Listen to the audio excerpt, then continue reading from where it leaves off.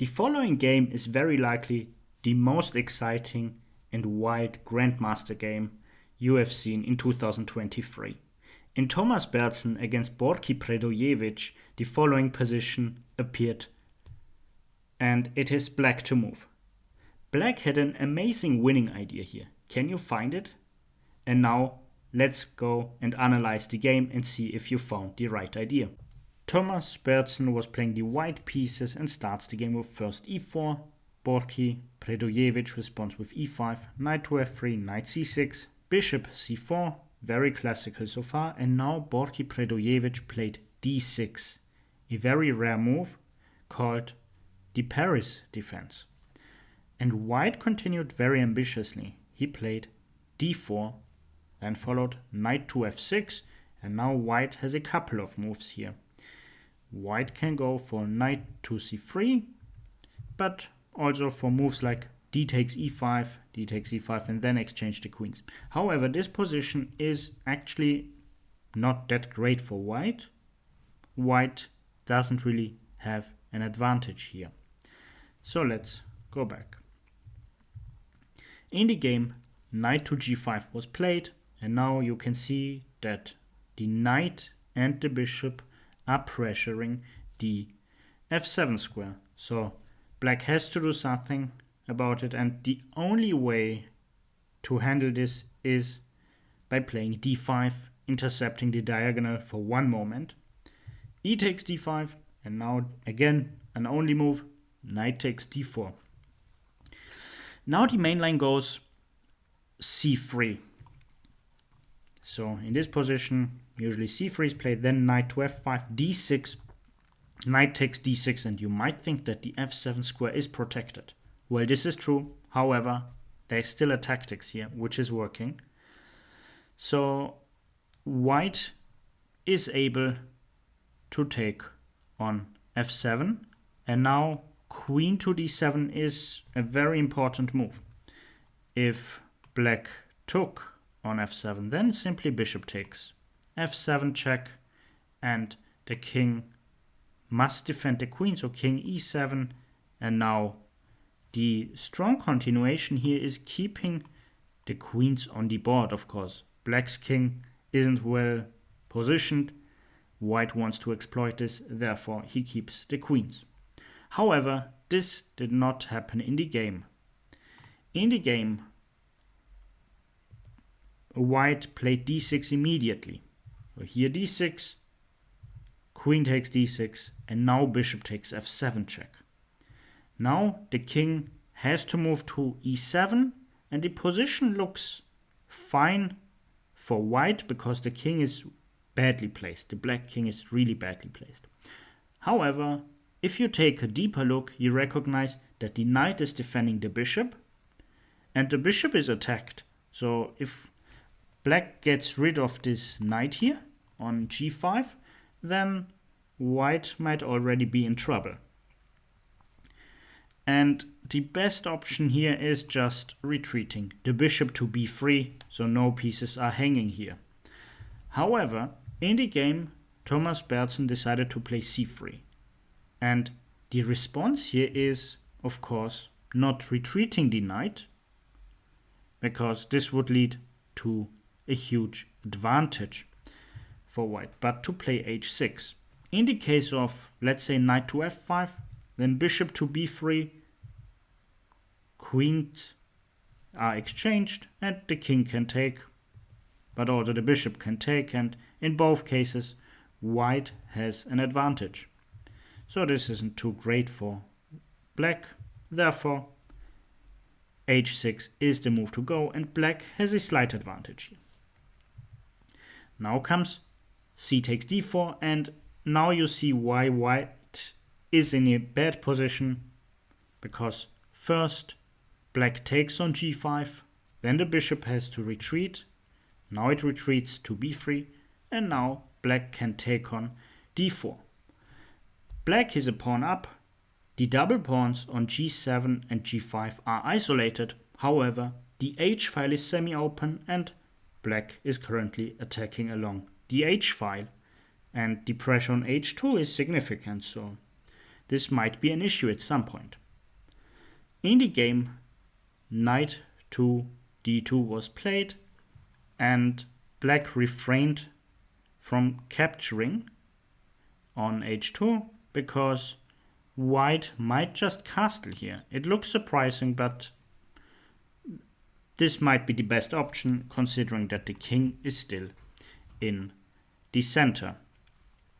So the rook wants to go to e1 and the king on e7 is just not a great piece. In the game, Beerdsen-Predojevic played a strong move. It's bishop to g4, simply developing a piece. So f3 played here. Knight to f3. Putting the knight on f3 had been probably a little bit better, but the position is already very difficult to play here. So f3 played, and we will see why f3 wasn't a great move. But anyway, white hadn't too many options here. Bishop to e6 was played. But if you remember, in the beginning you were asked what you would play in this position. And it's absolutely stunning that black actually has this move. And the solution to the puzzle is the move rook to e8. And the idea is that after f takes g4, which is winning a piece, there is king d8, and suddenly it's check. The rook from e8 is checking, the king has to move to f1, and then comes rook takes h2, and white's position is falling apart completely. Let's say rook to g1, then simply a move like d3 is already very dangerous, opening up a lot of squares for the black pieces. Let's say white played knight to c4, then comes simply queen to d4, and now white is lacking good moves. So let's say white tries to utilize this pin, and then comes bishop to d6, and of course taking here leads to a very bad position after rook e1 check, king takes e1, queen takes g1 check. Now king d2, rook takes, and black is going to win some material back after queen to c5. Of course, when playing this variation, black doesn't need to see all these moves ahead, because it's enough to see that after d3, black just have a lot of good squares, has a lot of good squares for the pieces. And the white pieces are stuck. But in the game, bishop to e6 followed. Then white tried to pin the bishop. However, rook to e8 is good enough, and of course white really doesn't want to trade, because this is just a very bad position for the white pieces. The pieces are placed horribly, and black is up a pawn, a passed pawn. And a move like g4 also solves this issue with the isolated double pawn, and black is completely winning. In the game, however, knight to c4 followed, then came queen to c5, putting pressure on the c4 knight, but also along this diagonal.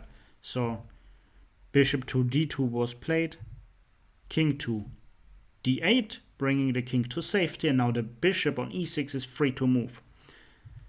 And now white should refrain from castling short, because then there's d3 check, and after a move like queen to f2, there's bishop takes c4, and in the case of queen takes c5, there's simply bishop takes c5 check.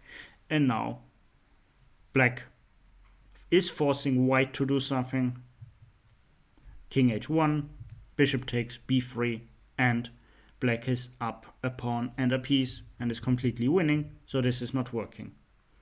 In the game, white decided to castle queenside, but also this move isn't too great because it allows b5. White tried something, bishop b4, queen takes b4, rook takes d4 check, but after bishop to d7, white already resigned here because he is down a piece and it is not clear what white should do because this pin is not working, or this potential discovery attack is also backfiring because the rook is actually undefended. So black is completely winning here. And moves like rook takes d7 might look interesting, but after knight takes d7 there isn't really much white can do. The white position is just completely lost. Therefore, resignation after bishop to d7 is understandable.